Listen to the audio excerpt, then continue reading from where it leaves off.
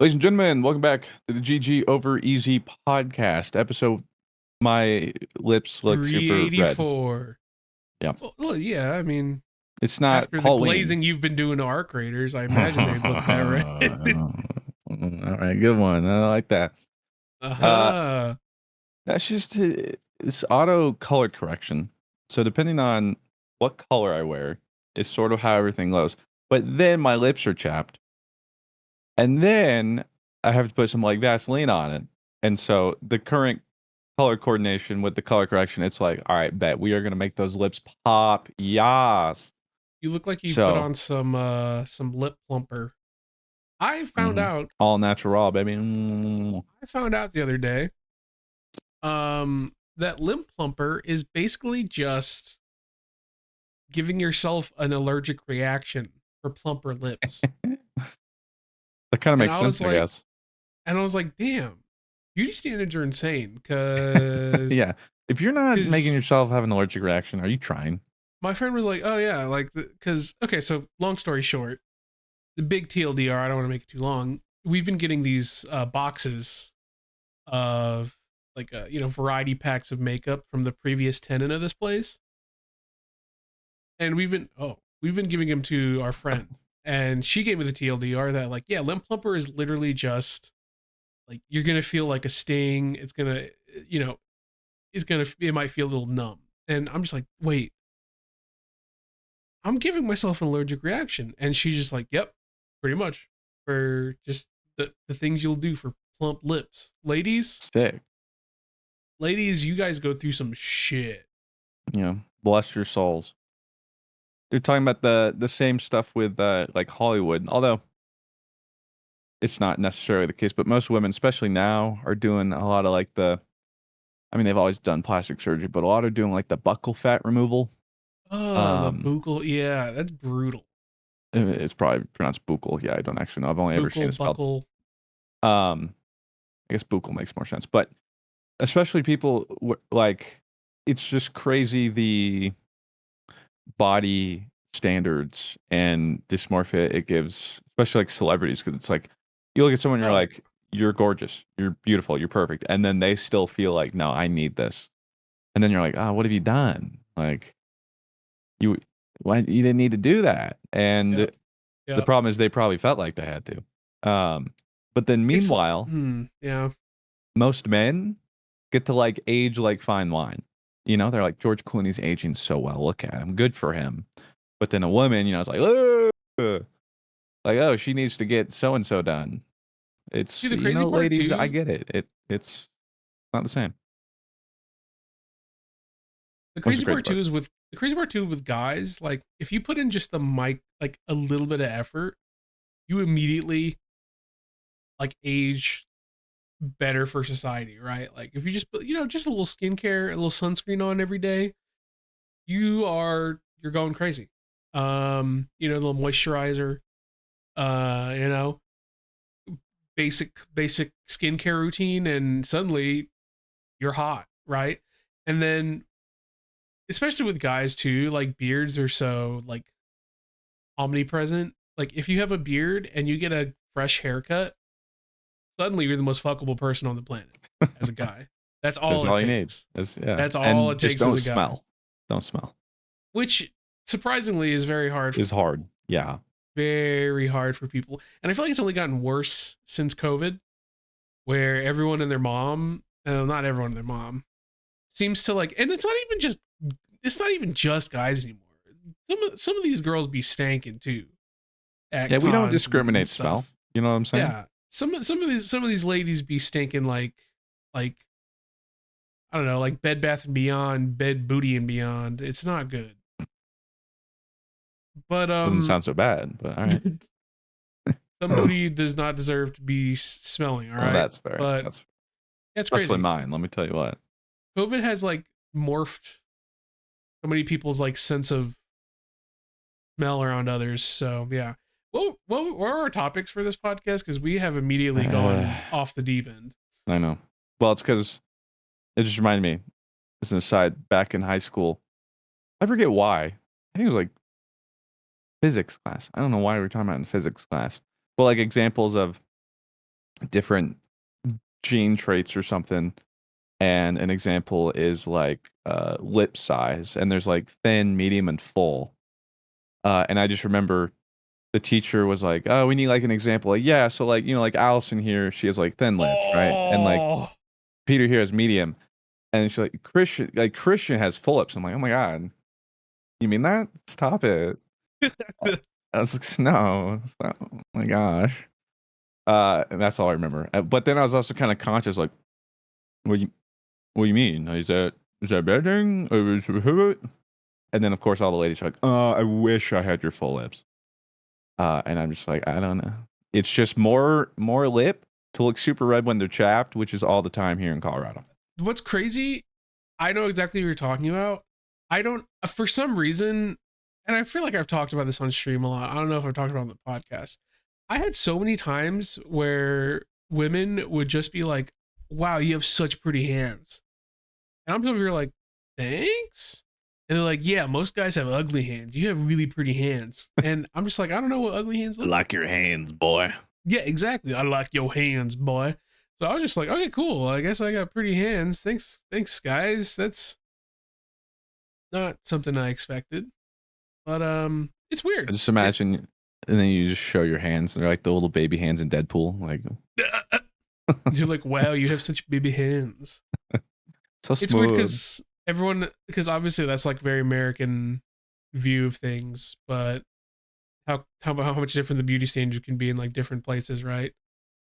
Yeah, Like like it's like Korea's going Korea. crazy. Uh Yes, huh. that's like in Korea. If they saw someone like us, they'd be like, "Oh, who's that dude who just came from the fucking mountains?" Well, Right? that's They're the not gonna be weirdest like, thing is like Ghost of Tsushima. I remember that. Like Jin Sakai is considered like more or less kind of like ugly or like not desirable as far as like Japanese standards for men, and it's because they look for like uh, I don't know the best way to put it, but essentially men that look like boys, kind of "Yep, like I get it. I really smooth, understand." not rugged. You no beards really, Yeah, like like simpler very haircuts. clean, very that's the very I understand Korean beauty standards cuz like Korea has such a weird view of beauty too because like how do I describe it? I don't know, it's very like Korea doesn't have like this idea of toxic masculinity that America does. And so you have like guys just unafraid to have like very feminine facial features, very feminine, style. Whereas, here in America, like if some Korean boy band looking guy was just walking around, they'd be like, um, that's not very masculine. That's Wow. actually, talk about DEI. Oh, non binary, woke leftist. Whoa. But yeah, they're very I think Japan in general has like East Asia in general has like a little bit of like a infantilization of beauty Yeah. standard, which pros and cons, right? But very interesting because over here in America, you put a beard on and a fresh haircut, nice little fade on the sides, or even just like a something low, and suddenly, all right, fucking Playgirl Plus. This dude's over here like, She yo, saved some for the rest of us. yeah, let's see, let's see what you got, sir. And then over in Korea, they would be like, yeah, that's pretty bad. Oh, that reminds me. Speaking of that, I think I remember people in China being upset at the casting for Shang Chi because Simu Oh, because Liu it's wasn't considered, considered. yeah. He wasn't considered like attractive. Like his features weren't very attractive by like Chinese standards. And I'm over here like, what do you guys? Yeah. Simu Liu is a good looking man. Like I don't know. What are That's we? because that's the weird thing. Is like over here, we as a society usually, especially in men, uh tend to favor or look more favorably upon sharper features, like Yeah, sharper yeah, jawlines and more rigid. Whereas over there, that's the opposite. They want like the softer curves and like the fuller things and not the rugged man. Um yeah, yeah. yeah, which is so weird. Yeah, because I remember reading that too, and I'm like, I wouldn't have guessed. But it's so strange how standards are just so different wherever you go Yeah. across the world. And you know what? Speaking of across the world, there's a certain world that you won't be able to go across soon. Oh man, that's the one you're leading That's with. my That's gonna hurt. New World is dead. Well, I mean, like not quite, but it's officially. It's no longer getting updates. It's just on life support until next year, where I think they're pulling the plug on servers. So it's just gone. New World will be gone, which is crazy because just recently they had that Night Haven update, which added a new zone, some new mobs or something like that. I think like some new in-game stuff. My face cam froze it for a second. Um, and I was hearing like this is like one of the best updates. Like this is probably the best New World's been. And I've always been waiting like sick. Like I'm gonna hop back in once they kind of get their stuff back together. I'm hopeful. It's gonna take a little while. And so like, I'm watching from afar. And once I get the queue and like Night Haven's like, oh sheesh, I think they're getting close. Nope. Yeah, Amazon just pulled the plug completely. And so I don't know if perhaps this update was like, well, here's everything we had. And we know we're getting canceled, so here you go. Or if it was like up until that day, New World crew is like, yes, we got this. We're fine. People are feeling good because New World has its most healthy player count since launch, which is still, not like 800,000 average, but I think it Yeah, was like 40 or 50K, which coming from a couple thousand was really pretty good. good. Word of mouth is good. And so maybe they're like, all right, yes, let's go, guys. People are liking it. I think we're moving in the right direction. And we're all fired. So it's just another one of Mr.Fruit games that he loves that is bound to die. But it's so unfortunate too, because like the way that the game is, you just won't be able to play it. It's one of those whole like Yeah, like it games. should, especially an MMO, right? Like it's just gone. Yeah, people reporting that all the MMOs who are even older, who are like still getting monthly updates, or like might not have players, but at least keep servers up. But nope. Lord knows Amazon is really, really hurting. Oh, So they got to 100%. make sure. Which just also goes. So with the news, I think because I thought they'd already canceled the Lord of the Rings MMO, but then I think they might have brought it back. But also with that news, they also potentially recanned, or if it was for the first time, canned the Lord of the Rings MMO, which means I think they have nothing happening again. So I think it's safe to say the Amazon Games um, adventure was a complete and utter failure. Such a strange. It's so strange that they have literally all the money in the world, and all they have to do is throw money at things. But because they're so focused on being profitable, like if something's not immediately profitable, boom, just you're dead. Like Get them out of here. we're not gonna put money in you until you're profitable. And even if you're not, and even if you are profitable, we're not gonna give you that much money because we want to have high profit margins. So it just sucks. We're at the point of like capitalism where you would think like, oh, like innovation breeds like fuck, whatever the term is. Really awesome things, and now we're just like, well, capitalism is so greedy now that we can't even have cool new things, because if the cool new things don't immediately make money, if the cool new things don't have an opportunity to try something new or fail, then the cool new things just shut down and on to the next thing. We're just spitballing things at a wall. So times I hate it. Gaming industry has become such a big commodity for like CEOs and investors that we don't really get the chance to like have new ideas sprout forward. And if we do get new ideas, they have to hit on impact or it's just over. Yep. And I thought New World had a cool premise. It was one of those games where like I just didn't find the fun in it. I found the combat a little dry for me. But there's so many people who are like, dude, New World is like a game that like it's unlike any game I've played before, and that's super sick to see. Um, it's definitely sad. I hate seeing games shut down before. And to be fair, New World was hanging in there for a pretty good long time. It So, was. I mean, like but the launch was. uh like it didn't launch with the best, which is why like I grinded it and stuff and hit, and I was like, all right, I got my fill. I'll wait until it gets good. Like it was a missed opportunity in that all the hype it had gotten originally could have held on to more Yeah. had they sorted out a lot of their stuff. Like, I mean, I played for a month straight, and I don't think a single faction war had more than like 6 frames during the whole thing. So there's a lot of stuff that like turned people off. But I was like, this is a lot of stuff that can get fixed. And once they figure out some in-game systems or something, I think we can get there, and we'll never have the chance now, which is so crazy, especially like given it's an MMO. You'd almost think Amazon didn't realize what they were getting into, but it's well known how expensive and tough uh, Oh yeah.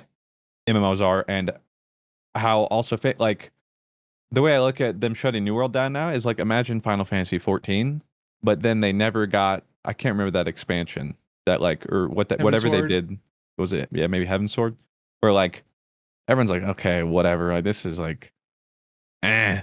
But then Heaven Sword comes out, and it's like a complete revival. It rewrites Final Oh, Fantasy you mean 14. A Realm Reborn? Yeah, I A got Realm you. I Reborn. got you. Yeah, Yeah. yeah, yeah. Where they basically just made a whole new game with, Yeah. So you know, imagine, maybe, I mean, it's not to say New World was here, but let's imagine you're half a year out from A Realm Reborn, but then they go, nope, pull the plug.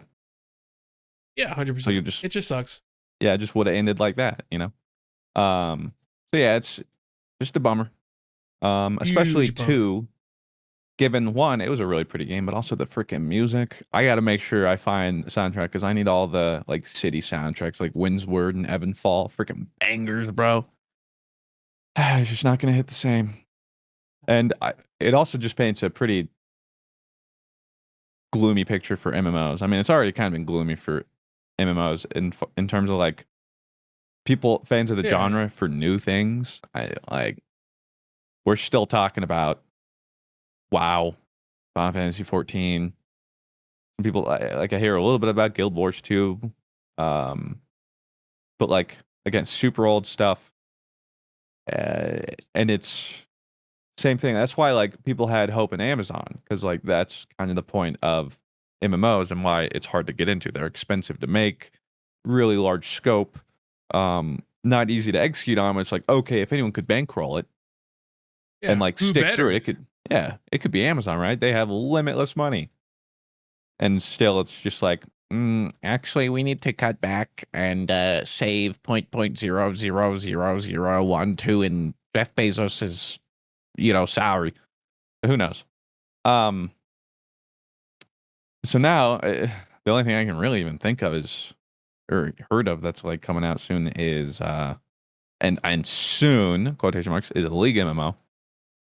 So we'll have to see if that because there was Yeah. Ghost Crawler. He was the lead developer for League's MMO for a while during the inception. He used to work on League of Legends. He went over there. He's a big MMO fan.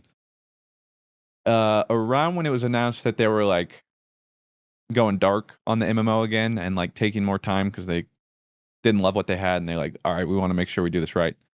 Around the Yeah. same time, he left to start his own game company, who I can't remember the name of, but his idea was like, we're gonna go there, and I want to make an MMO, um, that is like for the gamers, made by the gamers, and shaped around it. Like we want to unlike most MMOs, like get you in on the process early, get your ideas and feedback and like shape it that way. And like all these ideas of like modernizing an MMO. And he was able to get a lot of good talent, recruit a lot of good stuff. And it's like, all right, well, he's working on, I mean, he's been with Riot forever, was the lead developer on like the Riot's MMO and stuff. Like, okay. And I think he then got like a backing deal with like, I don't know, Nexon or something. It's like, okay, sweet. And like 3 weeks ago, it was announced it's dead. They just had to completely cancel. Um, and so it's like, okay, it's just like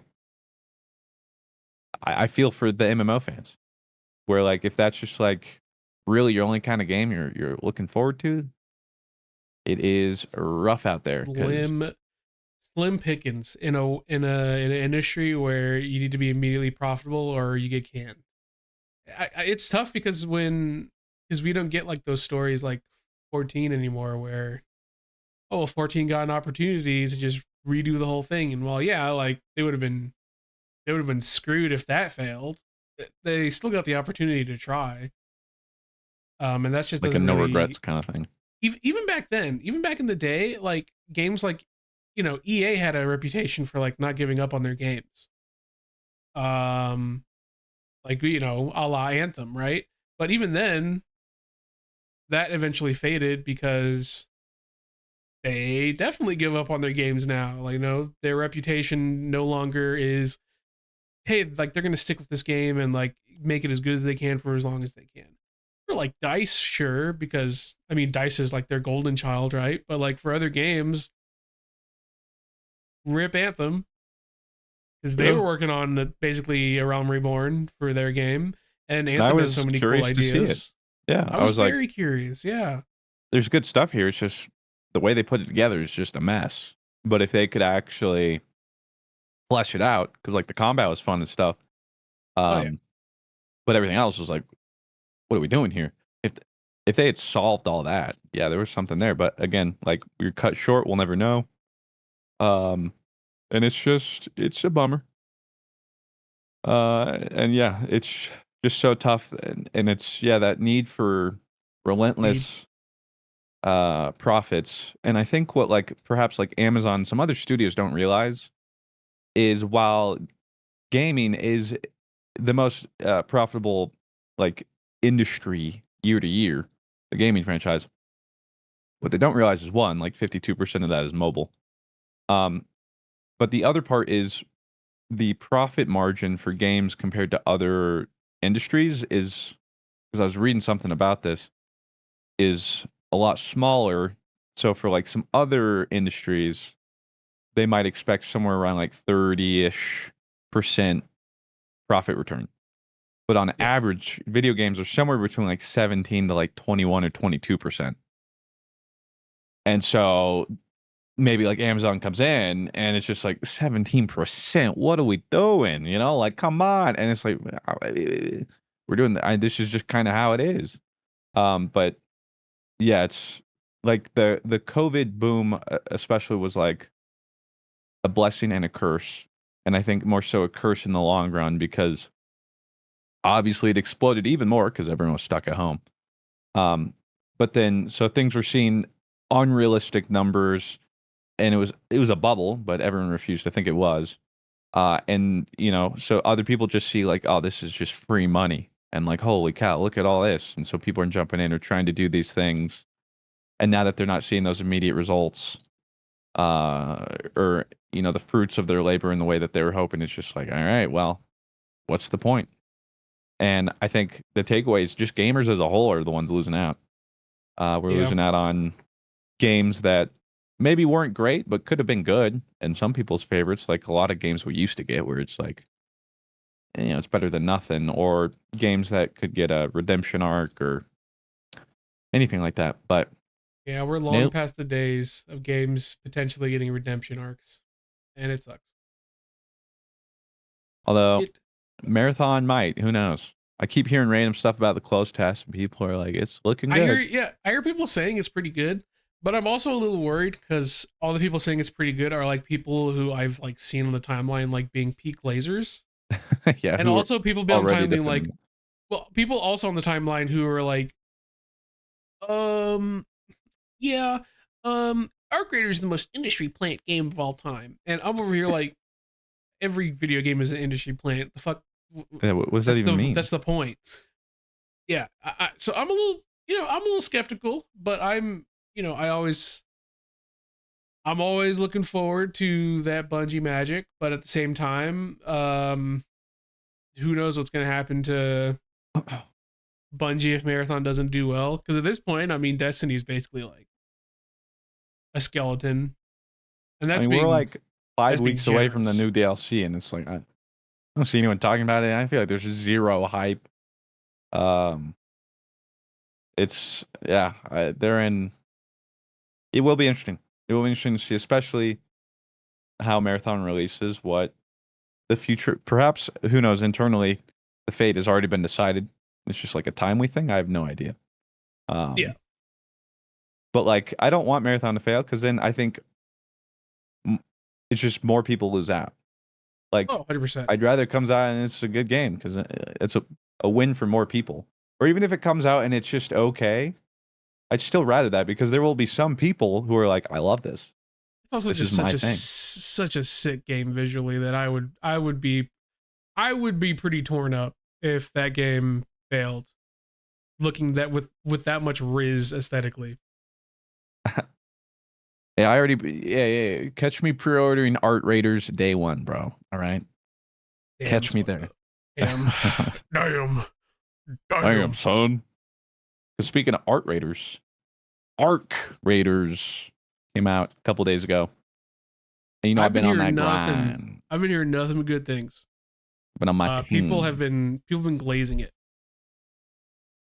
And for good reason. Yeah, it is everything I remember from the tech test and a little bit more. And just again strikes because I've gotten a lot of questions like, what is it about arc raiders that like changed your mind on like extraction shooters or like what's the thing that really set it apart for you?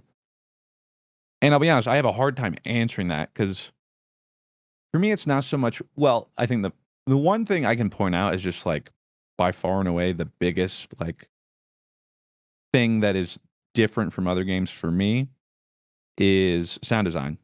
I don't think no, I say like it's probably the best sound design in a game I've ever played. So that alone really sets it apart for me. Um, but then it's all the other things. Like it just does all these little things. And I think I talked about this back when we played Marathon, or yeah, and we were like talking about the differences. It just does a lot of different things really well, or just like a little bit better than maybe some of its counterparts or something you're used to seeing or you think it would be. But then those all add up so that the sum of the parts is just elevated and it comes together because like typically a third person game I'll play it, but like if it's a shooter like I would always prefer first person. So third Yeah. person game I'm like okay, but so the fact that I like this game so much and it's third person, um it's just everything they've got going on combined with like the fun proximity chat, the shenanigans you can get up to. um I mentioned it yesterday on stream because after like a couple matches, I think I realized too what a big difference of it is. And this might not be exclusive to Arc Raiders, but I've played some extraction shooters. Like the most I played is probably like Hunt Showdown, and none of them really stuck with me as much as Arc does. In that after like every game or every couple games, there's just like it really feels like it's like corpo speak almost, but it's like every match has a story. Or like someone in stream yesterday was like, I like watching you solo raid the most because it feels like every game is so different. And like there's always this like different tense storyline and you never know what's going to happen. And I Was was it thinking about it. Sorry. emergent emergent gameplay? I think is what the Yeah. because I think Lyric that's what it like is. back in the day when Lyric would just play random games. That's why Twitch. That's part of the reason so many people got into Twitch is because you would see so many people play these games that had storylines every single time, and it was literally just people interacting with each other. Yeah. Like Rust way back in the day, like 2014 or whatever. um and then DayZ, that's where that kind of started and oh, goodness. Um yeah, and so art graders, especially given because Rob was playing with us day one, two, crashing out. I didn't think bro would come back for day two. Um, he just pissed off at the game. He's like, I hate these robots, dude. Like, I hate the AI. They're so stupid. And I'm sitting there and I'm like, but I love that because what's crazy is even now, no matter what, like one arc showing up and interrupting a fight, even just like a wasp, is enough to just chaos. And you're like, oh fudge, like we got to deal with this. Oh, we got to run. Um, It's the fact that the AI are such a pivotal part that you have to play around and like you can't just throw aside. Um, it makes everything more interesting. So then it's like those extra layers that add more variability Yeah, into yeah. every encounter. Because like every layer, that just means it's going to be more and more different every single time you do it. Um, and you get funny interactions where like you try and use the arc against your enemies sometimes. And like there was a match where MTash was like, "Bro, watch this. I'm gonna aggro this Rocketeer near them, and it'll go on them, and it's gonna be hilarious." And the Rocketeer said no, and then just killed MTash, and he wiped. Um, but so like sometimes you're like, "Oh, dude, I'm cooking," and you're like, "Oh crap." But other times, like certain gadgets, or it does, like it'll switch aggro, um, and then the way that's just the interesting thing too is between the flares. I think the flares is one of the best things they do. When a raider gets down to player, a flare pops up, and it's just a beacon to everybody. Somebody's dead. Whether they were fighting Arc, fighting other players, and then you see one pop after, and you're like, oh sheesh, like a lick in Boys, your there's blood in the chops. water. Hey, like, yes, sir. Um, and so like the way you play around that, um, for us when we're in trios, because that's the thing too, is the game is Arc Raider is two different games. There's solo queue Arc Raiders, and then there's squads Arc Raiders. They play completely different. Solos, I think I soloed for 7 hours yesterday, maybe killed 2 people in solos. Uh, they're almost too nice. The current the current culture and ecosystem, I think right now too, especially new players, and most people are just like questing, looting. Most people are just like, "Yo, what's up, dude? Friendly, man, friendly." Um, and you make friends, or like I'll find someone, and he was like doing the quest I'm on too. I'm like, "Oh, I'm looking for that too," and like we help each other. Like, yeah, let's go extract together. All right, yeah, come on. Um, so it makes it tough too because then towards the end I started trying to kill a couple people. Could have been 7 hours. Uh, but my conscience is holding me back. I can't double cross people because it will sit with me outside of the Yep. game mentally Yep. I feel forever. you. Like Mm-hmm. I will. For them, they might be like stupid and then just move on. But I will sit there and be like, even if I came out on top, I'm like, what have I done? What if Like I? What I'm the am worst. I? I'm the I'm a worst of us. reflection of the world. Yeah, like I'm just the worst of humanity. Like how could I do this? Um, and so when someone like pretty much essentially, especially too, if someone comes up and goes like, "Don't shoot," but I was ready to shoot him, I'm like, oh, fudge. All right, go on. Like I could have, but no, now I can't. Um, and then I don't get mad when I'm like, "Hey, friendly, friendly," and someone shoots me because I'm like, okay, that is the game. That's the Like, game. yeah, like they're not obligated to honor me. It's just they don't have a moral compass. I get that. That's fine. Whatever. Uh, but I just can't do that. Especially like stream sitting there and I'll like make friends and then we're sitting there and there's like, do it, kill them, and I'm like, guys, not even for content. You don't understand. Like this will haunt me. Okay. So solos is fun that you do meet some fun characters and like weird interactions. Um, but then you play squads and it's just deathmatch boys, like on site. There's one game where we kind of like made friends, but most of the time it's just assumed like you're at the hunt. So yeah, like in that, especially you see flares and you're just like, we're going, boys. Um, and so there's just that mix of tension and the way the game plays, like the moment to moment. Like I was doing something, and someone goes like, "I'm not gonna lie, bro, this looks so boring."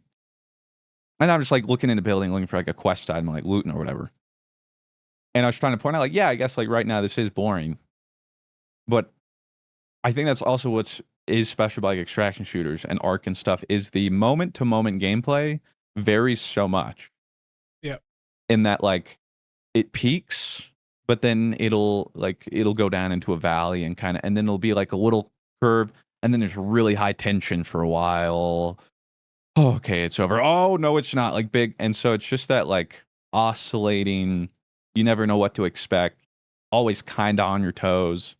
Um, Whereas, and like I think that's also why it's more memorable because then you look at like Call of Duty, and it's just always like it's a high line, but it's just a constant line. Okay, match, match, match, match, match, match.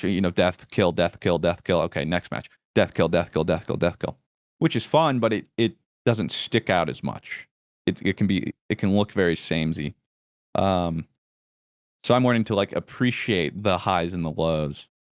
Um, and so I think yeah, it's like a culmination of all that on top of like the progression in questing, where it feels like I'm still getting a lot done most of the time, even if I'm losing, or like I lost my gear, but like I made out with 2 lemons in my butthole, bro. Like sweet, I get to upgrade my rooster now. 2 lemons in Um, your butt. Is that a Colorado thing? oh, you're not familiar? Oh, sorry, must be. Yeah, I my made it apologies. out with 2 lemons in my butthole, brother. Um, and yeah, so it's like sort of all that added up, and I'm getting to the point to where like I'm taking the approach where like I don't have gear fear more or less. I put it on knowing like, all right, I'm geared. Let's go. Hope this goes well. And admittedly, almost every run where I go in my best stuff, I think maybe once I've extracted, I almost always die. Uh, but I remember when I first played like Tarkov, like Arios was talking to me. He's like, like don't have gear fear. Like unused loot in your stash is loot you don't have anyway. Like there's what the point. And then I recently heard a saying which I think just sums it up really well is in extraction shooters because people are like, oh, I couldn't do this. Like I'd be so upset I lose my stuff permanently. And the way I look at it, like an extraction shooter, you don't own anything. It's just your turn to play with this thing. Yep. So whatever it is, it's your turn. Now your turn might last a little while, maybe a little bit longer than somebody else, or your turn might be 4 minutes. If somebody else gets it, it'll be their turn, and then they'll lose it. Somebody else gets it, like so on and so forth. So rather than like, oh, I got this, I'm like, oh, I gotta, because then you'll like the way I look at it. It reminds me of like professional athletes. Like some of the best professional athletes work on their mental game so that when they win, they don't get too excited. But that means when they lose, they don't get so crushed. They like average the mean so that mentally, like during a game, if they're down, they're still in it. It's not like, oh my, like it's over, dude. Like, what's the The point? Like, they're MK gonna play Leo worse. effect.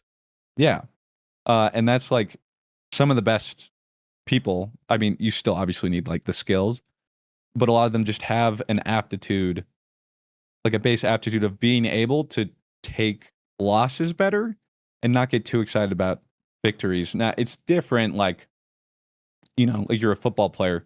You're going to get hyped if you win the Super Bowl because now it's like a release. Like it's all like, this is it. This is what it culminated to. I can be hyped.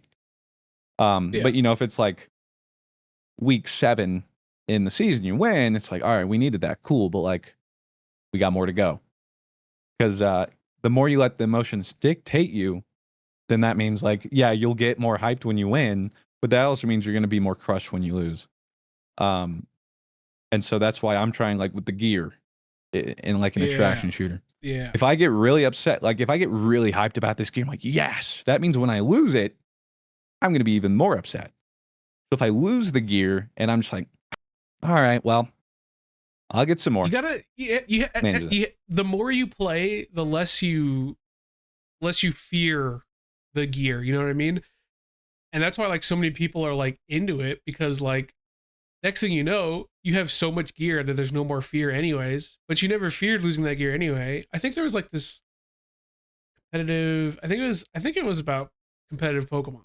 For those of you that know like Blunder and Pokeaim, sometimes I'll peruse in their content, and I think one of like the things was like composure is not like composure's not like lucky or like composure's not like something. Composure is a habit, Yeah. and that's what gear like that's what like reining in the gear fear is like even if you have something insane, being able to like remain composed, that allows you to often get away with that gear more consistently. And even if you lose it, yeah, like you were saying, okay, well, I lost it. Well, there's always next time because that's how you have to be to like continue to enjoy a game as brutal as this. Is you need to be able to enjoy the highs and the lows without like taking it personally, without like taking it like, oh my god, my life is over, Yeah. without like without without feeling so deeply about something that, like, at the end of the day, it's just a game. You know, it's not like it's not scary. You're playing a silly little video game, and you'll always get a chance to do it again. You know, it's not. So many people go into these games like, oh my god, like it's the end of the world if I fucking fail. It's like, dude, when you fail, it makes you stronger for the next time. So many like brutal and hard parts of video games nowadays. So many people are like scared of because they don't want to look like they're failing. But it's like, well, the failing makes you better. Don't be so scared of it. Plus, it's a video game. If there, what better time to fail than in a video game where there are There's no literally real life no consequences. stakes? Even in esports, there's no stakes. Yeah, the glory is there, but like it's not like losing team is gonna get like dropped into like an acid vat, like when they like there's a fucking supervillain there. You know what I mean? So don't be scared. Don't be scared. This it's okay to fail. It's okay to lose gear. You have to, because at the end of the day, the gear is just like there to make the gameplay more fun. Because when Make you the go into highs Arc highs and Raiders, lows lows. yeah, because when you go into Arc Raiders, it's all about Mr.Fruit and what he's doing, where he's feeding other people or like killing other people or come like building up that gear so you could like 1v1 like those random like Metal Gear Solid fucking mechas. Pretty wicked. Cool. Yeah. You know, I'm a little past myself like these looters, these gear Tarkov extraction ones because it's such a time sink for me. And I'm old and I only have time sinks for so many games nowadays. I already have 14. Pokemon is going to start ramping up again. We had like a year where we didn't have Pokemon, but I doubt that it's the 30th anniversary year, so I know they've got things cooking. And Speaking of which, oh, beep it. So sick. you The think you're cool? Ultra Premium Collection Charizard. I wanted a PSA 10, because I have the Mewtwo in PSA 10, and I wanted like matching because they have like that matching art. But even right now, I mean, prices are inflated as heck. This is like 90, because I've been waiting for it to go down, and it's not. But a PSA 9 is 90. A PSA 10 is 900. So I'm like, you know what? Jesus Christ! I'll take the 9. Plus, even then, really... it's just 900 for who is willing to buy it, basically, which is a very niche subset of people who have the money in this economy to buy it. That being said, I think I've talked about this in the podcast before, where I think I'm happy with the collection I have, but I think I'm at the point where like I really just play it for the collecting aspect. And obviously, like in English, right? Like it's brutal out here with scalpers. No, but like I really just want the high quality art. Like I don't care if I can read it or not. I just want the cool. I truly and in the purest way just want to collect the cool Pokemon cards. I don't care about the in-game effect. I don't care about like, oh, it's English, so you want to have the English card so that English buyers will want it. And it's like, no, I want to have that sit on like a cool little display stand, or like in like a cool little picture frame one day, and it just be really cool and awesome. So once I am not broke, and I really want to just like have Japanese cards, because Japanese printing is a different level. It is an insane, and obviously Japanese printers never share how they like their printing process with like all the other people they source out they to. are with they share only now with China, which is why China's getting sick stuff. Oh, and it's like their cards are just so gorgeous. Like their printing process is insane on a different level. Here in America, our quality control sucks major dick and cock and balls. It is trash. So bad. And they just, I don't know, there's just like a glitter in the cards that like you just can't replicate in English cards. So while English cards are worth more because English and collectors, I'm still over here like I don't give a fuck. I don't give a fuck about collecting like for the money. This is why I get so frustrated when I watch like data streams. He's like, oh bro, that's like a $10,000, that's like $1,000 card, bro. I'm trying to be up. And I'm like, Dado, I know Dado loves it because he loves the rush of like getting something. He is a gotcha enjoyer. He just doesn't want to admit it. But Well, if I I asked was Dado like what Pokemon that is, he'd be like, "Yeah, that's a Bingle. Yeah, that's a Bingle. Yeah, that's a Bingle." And there is an enjoyment. There's a valid enjoyment in that. But at the same time, it's just a different enjoyment. yeah. I tried to explain. I think it was maybe like during the Nuzlocke episode when I was ripping or something. Because I was, I think some people like were like, could you explain a little more about like some of the card? Like, I only watch you rip these. I don't understand like what's rarity and like how much do they cost? And so I'd be like, blah blah. This is worth like let's say that I ripped this charge, and I'm like, well, that's the thing too is like PSA 9s and raw of almost any new card are like the exact same. It's Yeah, just when you jump up to PSA 10. But so like I'm like, dude, $90 card. I like knowing that just because I know I'm not gonna sell it, but it's cool to know like this is it's expensive. cool to Somebody know for really sure. wants this. Yeah, like oh, this is rare. I'm not gonna sell it though. But it's cool to be like, oh yeah, this is. But yeah, I'm not sitting here like in 20 years, bro. Woo-wee, I'm selling this. And I'm buying a yacht. Uh, no, it's just like Normie core. yeah, it's just especially at the PS9. It's just like okay, I know this is almost flawless. Looks really good. Uh, I can't mess it up as long as in the PSA case. Um, but it's funny you mentioned that because yeah, I mean at this point, I mean I haven't competed in Pokemon in a while, but I don't really play it. But 2 days ago, uh, the League of Legends TCG finally released their first set, Oh, Riftbound. what? And It's over. we got so these are my two best pulls. Claire and I we got 2 boxes from our local games store because we had to go early. We were only able to pre-order one from both. There were two near us.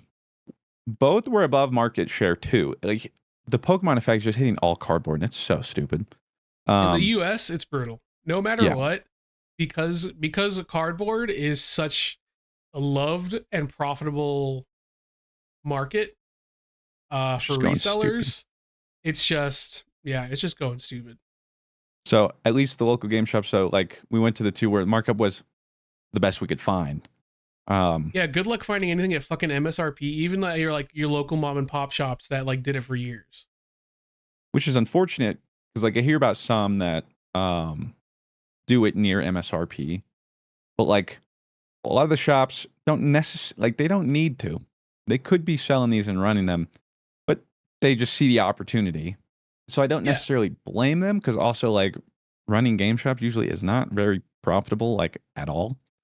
Um, but usually you're just hurting your your local community who's just enjoying the games. Like I get it if it's a scalper because I heard there's this one shop and like I'd do this every time. And if I was a game shop owner, I'd like to think I do the same where it's like new Pokemon box comes out, right? MSRP is I don't know like 130 whatever. But of course price right now on the market's like 250. yeah. Well, they'll sell you the box for 250. But they'll sell it to you for 130. You open the box right now and rip the packs. Because the whole point is they're trying to deter scalpers. But you're like, if you want to play and you're just collecting because it's your hobby and like you're a local, cool. We'll sell it to you MSRP. Just crack it here. So like, we have proof. Um, I do that every time. If my local game shoppers, I would do that for Good them. deal. Yeah, If I'd be if like my that. game shop did that, I'd be like, oh my god, on site, dude. Yeah, and I think that's a good way to. It's not perfect, but like a way where the hobbyists and enthusiasts who are currently like, I can't even enjoy the thing right now because I'm getting priced out of my own thing because people who couldn't tell you a single Pokemon are just like, I don't know. The internet says this red lizard is really good, so I buy 50 of them. And I'm just over here like, man, with all due respect, you should kill yourself in Minecraft.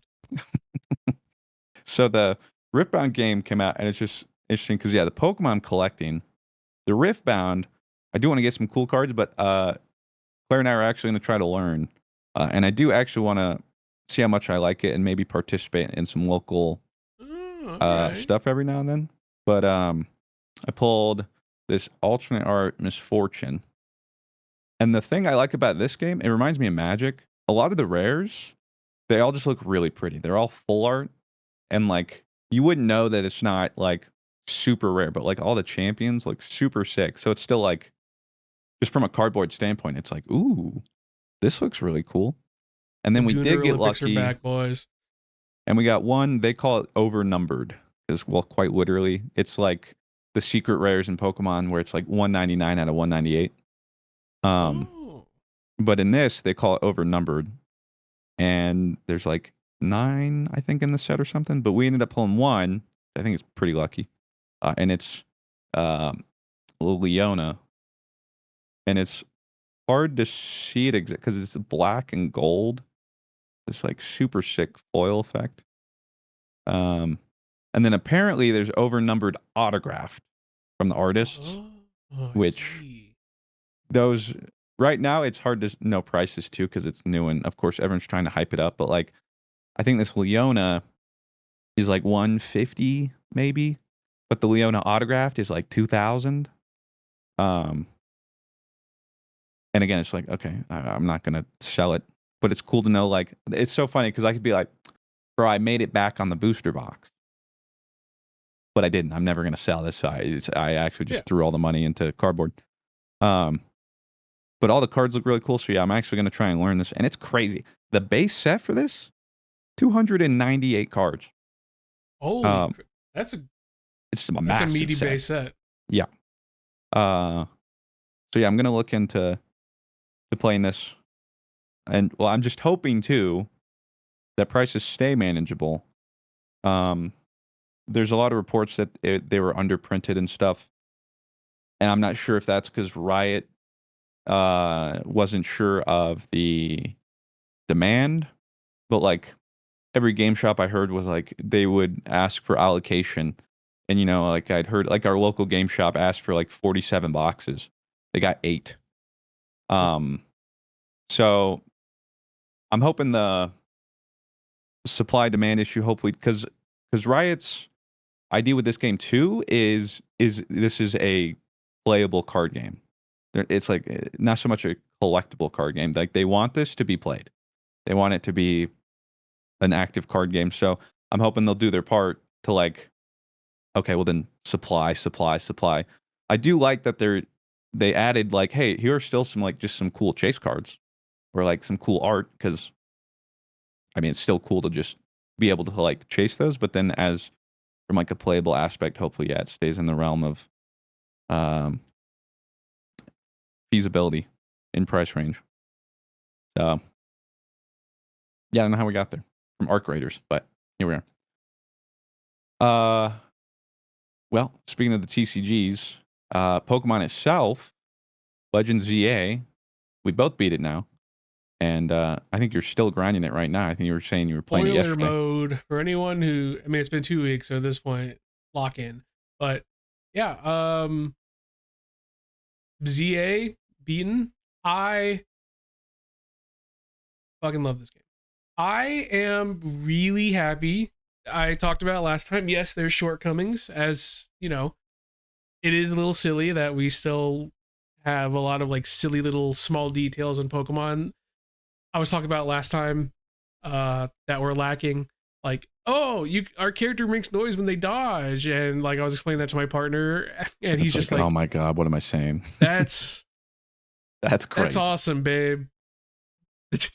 And I'm just here like, Should I oh please, call someone? You're in an abusive relationship. Are yeah. you okay? But like this new combat system is so fun. I've been having so much fun ranked and cooking everyone, and What's your team? well, you can only do 3, uh, right? But I have quite a few different random ones. I have a big list of Pokemon. Oh, like my team in game, or like Yeah, my like team I play in ranked. ranked. What's your most used team or one you like to use the most? The rank. Okay, so rank the ones I definitely like to use the most is Clefable, Megazard X, and Excadrill. Classic, classic Fairy Steel Dragon core. Really, really powerful. What's the strat? Clefable's just a great lead. You have Do I they do throw like barriers and Clefable. stuff? I don't do that pussy barrier bullshit. I'm balls to the wall, full aggro, baby. I lead with Clefable, and I just have an expert belt on it. Expert belt increases the damage of super effective moves. And so Clefable Ooh. just goes in, just guns running. We got Moonblast, Thunderbolt, Flamethrower, Ice Beam. We go crazy. Clefable goes in there, gets the lead, builds up some Mega Energy, and then once we got enough Mega Energy, so Zardo comes in, Swords Dance, fuck it, we Flare Blitz. And Fuck it, then we Flare Blitz. do Fuck it, like we two Dragon thirds of Rush. your own health. But I killed him. That's I got a true. point. The name of the game is getting points. It's not about who you're better than. I don't care who I'm losing to in a 1v1, I'm getting points. And then X Control is just there for coverage because there's so many Metagrosses and steel types in the meta right now, and you really want to have good coverage for that. X Control just like that backup for Zard. But for the most part, because it's just frenetic 3-minute fight, right? Like there's really like phases to everything. And honestly, it really plays more like a MOBA than I expected. It plays like a MOBA, like MMO PvP mix. So it's really, really fun. I've had a really, really good time. I love this combat system. It's going to be really hard for me to go back to turn-based, but I understand why a lot of people enjoy turn-based. Besides that, I mean, the story was great. That lead up to the finale where you fight Angie Floette, so peak. The music went crazy. Zygarde did his fucking Gundam shonen shit, and I was like, this game's fucking peak. This game is peak. Pokemon has done such a good job over the past 3 games or so, like with Legends Arceus, Scarlet and Violet, and this game, of like really nailing the landing of the finish. Of just making peak at the very last second and really like putting together like pretty interesting stories with characters that like you actually care about. It's not like the most like crazy like fucking God of War Ragnarok writing, but it's really fun and it's just that's what I want in a Pokemon game. It's just really fun storytelling with a couple of like with a couple of surprisingly like deep moments in between. This is a surprisingly mature Pokemon game. They killed him. That I really appreciate. Yeah. And I knew it was going to happen because like, that's kind of our war criminal. He kind of has to go. But yeah, I mean, I think it's good that we have these mature moments of like kind of like sobriety or even like kids games. So kids can learn like, hey, like this is part of life. Not everything is, you can't get coddled through all of life. Like bad things happen and we have to like face them together. So I think this game is awesome. I love it. I quickly went from there's problems with this game, but it's all right to holy fucking shit, this game is the fucking best. Holy fucking god, I fucking love Pokemon. And I don't know. For some reason, my tweets have just been fucking blowing up with Pokemon this time around. Probably because I'm a Pokemon glazer, and all the other Pokemon glazers found me. But I had this tweet where I literally just go into Wild Zone 17 and like have Greninja like commit a fucking war crime and a surf and just hit like 5 fucking lions, six lions, and like one shot They them all. deserve it. They deserve it. And then I don't know, I had another one where like I had like 2 random like Venipedes be shiny, and I don't know, I've just been shiny hunting a lot. I've been sick for a week, which is why I haven't been able to stream. But I'm coming out of it, and I haven't even finished all the side quests. I've been so busy like doing shiny hunting and like trying to get things done and like my little side checklist that I do for every Pokemon game, but I've been having the best time. This game's pretty wicked. Does it have problems, and can Pokemon Company put more budget into it? Absolutely. Will they do that eventually? I hope so. At the end of the day, is this just really great Pokemon game? And am I super excited to see what they do with this new combat system? Hell yeah, brother. Pokemon's back, baby. And that's pretty much all I got. Yeah. Chris showed me this like TikTok of this girl that was streaming it and crashing out on someone because it's like, he was like, what's the texture on that building? That looks like terrible. And she tried to like blow up on him being like, the texture's bad. Who cares, bro?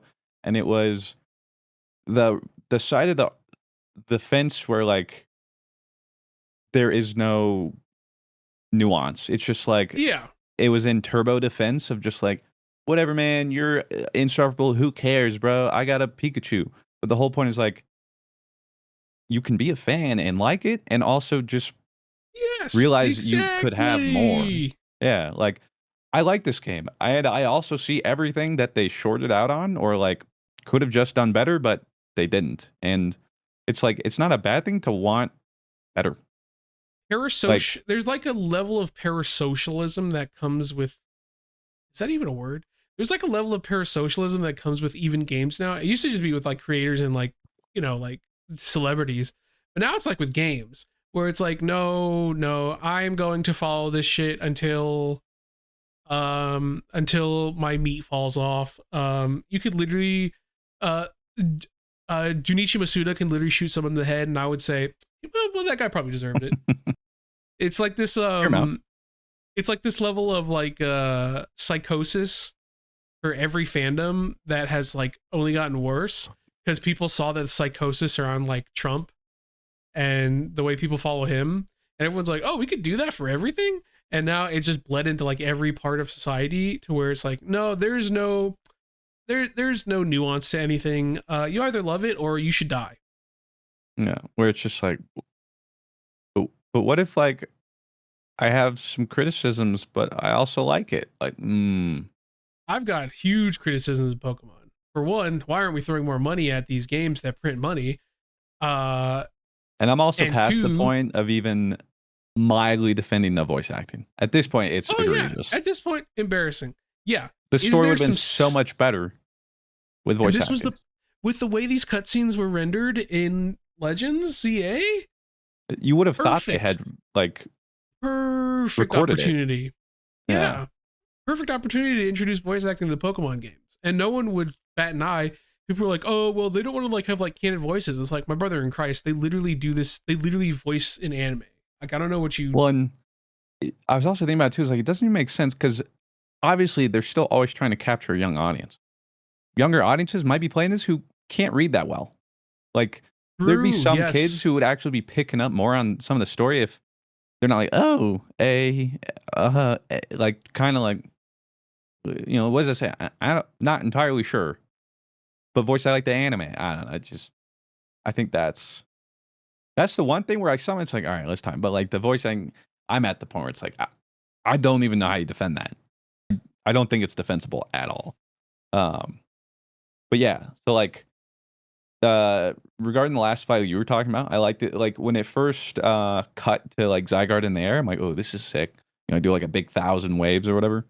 Um, I think it was losing steam with me. Like I think the weakest part was just hitting those like two little flowers, like what we were doing. Um, and with how tanky they were, it'd be like, oh, and I'm back to fighting these like two, and I'm like hiding behind a concrete pillar, like, hey, go do the thing. So I feel like they could have made our part like a little more interactive or fun.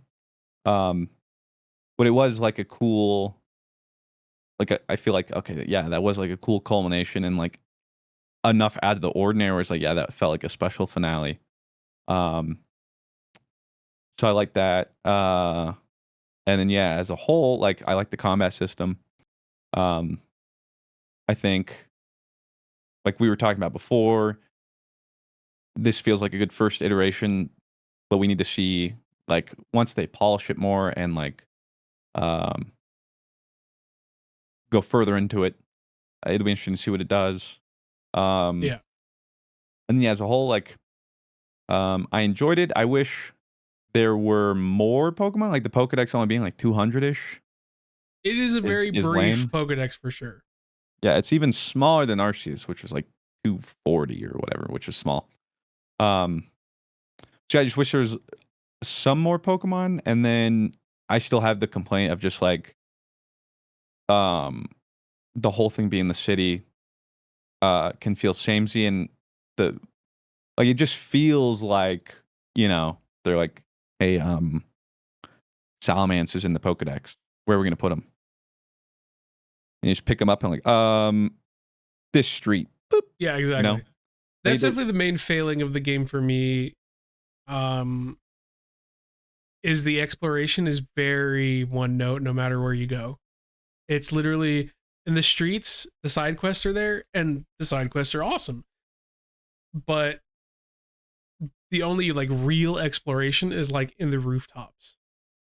Yeah. And the rooftops are cool and they are fun, but it gets a little boring when all I'm doing is like running around rooftops and like seeing little like trinkets in the distance to pick up. But like on street level, I'm just like, yep, this is a street. Yep. It's the next street. So yeah, I think that I agree. I think that's probably the game's one of the biggest failings. I still wish a bigger Pokedex would have also helped, but yeah, done more with catching rather than this one just being like catch 50 fire Pokemon. Because I think that was like a fun part of feeling like the catch 'em. Oh, excuse me, like Pokemon catcher, catch 'em all kind of vibe. Yeah. But yeah, as a whole, like that's why people were asking like how it like what would you rate the game out of 10? And I'm like, okay, well, like this needs to be contextual. Like out of any game ever, I in good faith, I couldn't put it like super high, but like Pokemon 8 or 9, it's fun. It's Um, tough. Yeah, it's tough to rate it because like genuinely, I'm over here like, what's my game of the year? Call me a shill. It's Legends EA because I literally had so much fucking fun. This is the most fun I've had all year with video game. And yeah, you could shoot me in my dick and be like, tell me the truth. It's not Legends EA, you're a shill. And it's like, this is the I am gonna rate game of the year to the game that I had the most fun with all year. which I think And the and it's for every Pokemon individual right now. person, that's what it should be. It's just when someone individually goes like, "This was my game of the year," I think that's what they had the most fun with. Now, when we're trying to be like, "What's the game of the words game of the year be?" That's when it's like, okay, from a broader view of just like gaming, Yeah, you look at a different lens. that one is more like, oh, what has this game accomplished? What has this how has this pushed the game forward? Like the gaming in general forward, like, oh, really like pushing the boundaries of what storytelling could be. And like all those things are very true, and the game should get accolades for those things. Does that mean those are the most fun games like that I had the most fun with, or like have hit me the most emotionally and like really like made me feel attached to this game? Probably not. Not all, for a lot of people, yeah, but for me, not always. So Yeah, that's just how it is. like people are asking like, "Is Ghost Yote game of the year?" And I'm like, for me, maybe. I don't think it'll win game of the year. Like from a broader viewpoint, especially this year, which has been stacked. Um, yeah, like Arc Raiders. I don't know. Maybe by the end of the year, I'm like, I love that so much. That's got to be my game of the year because I look at it for the value and fun that I had just as a whole as an experience. I'm like, because like I could even maybe say like the Bazaar because like it's been about a year now since I first played it, and it's the most time I put in a game in the last year by far than any other game. Is that gonna win game of the year?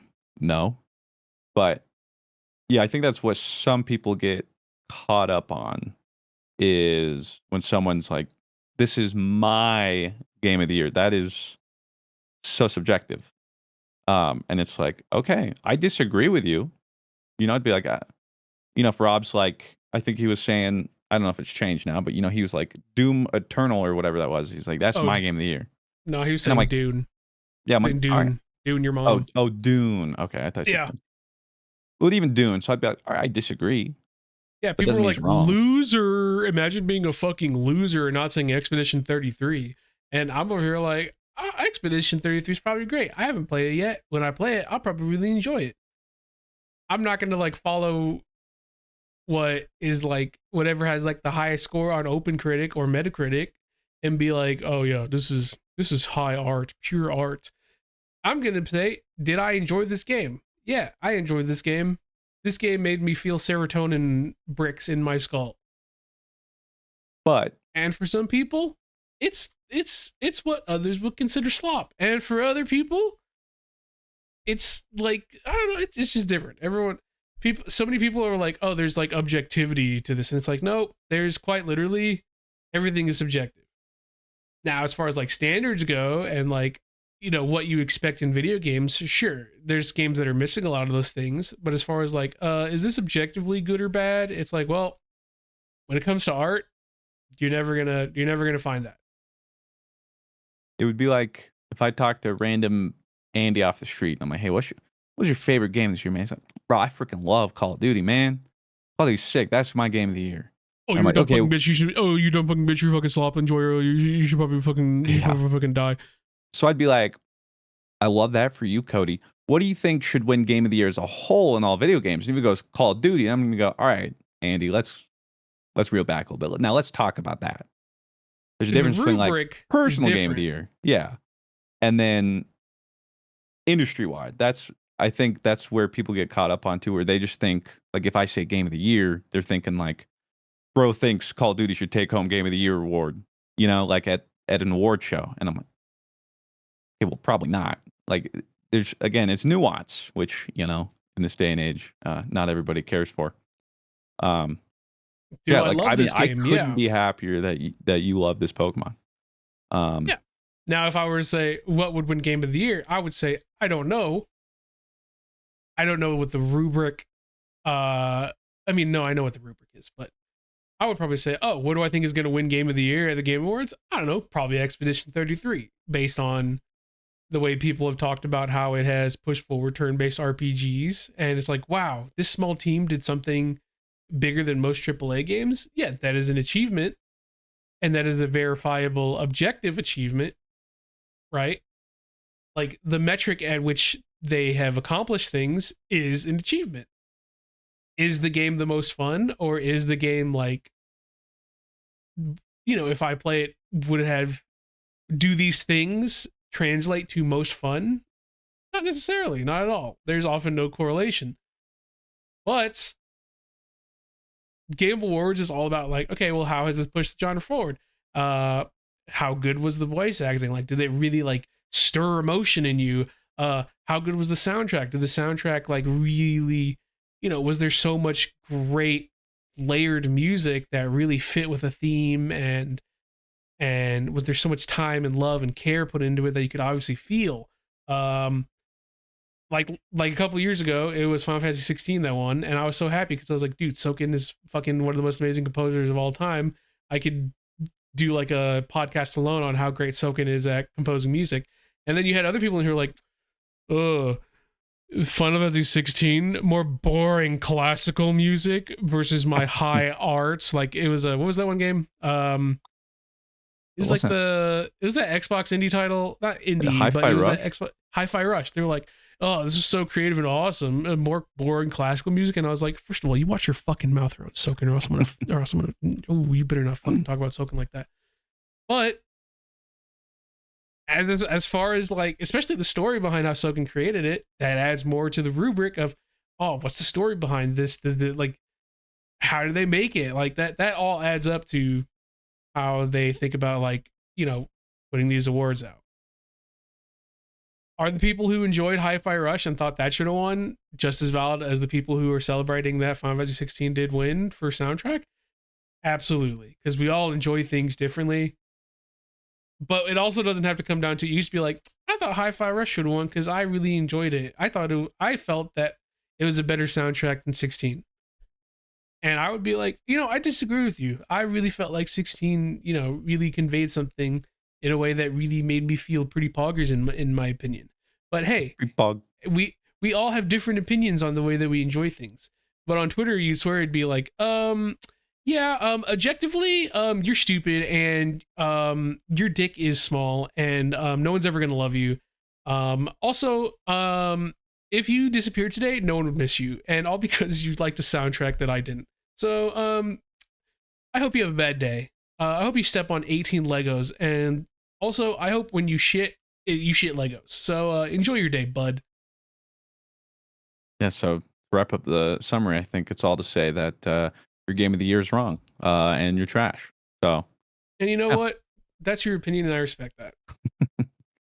We got into a whole debate. We got into a whole thing about how the perception of video games in a post-COVID society has become more and more murky as time has gone on, purely because of the fact that people can't have normal relationships with the media that they consume. And you know what?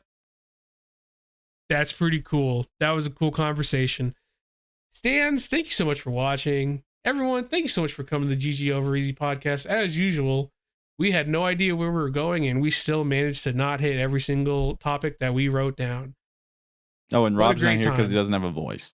Oh, we didn't We even didn't talk address about that, but Rob yeah. not being here. Rob's not here because he's dead. Rob's not here Oh because my. he's not dead. I'm sorry, guys. Rob's not here because he has a massive ass explosion syndrome.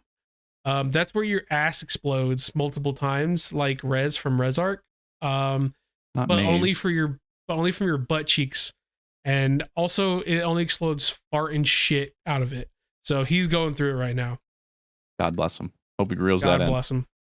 And we'll see you guys in the next episode. Hope you guys are having a great life. Love you. Deuces.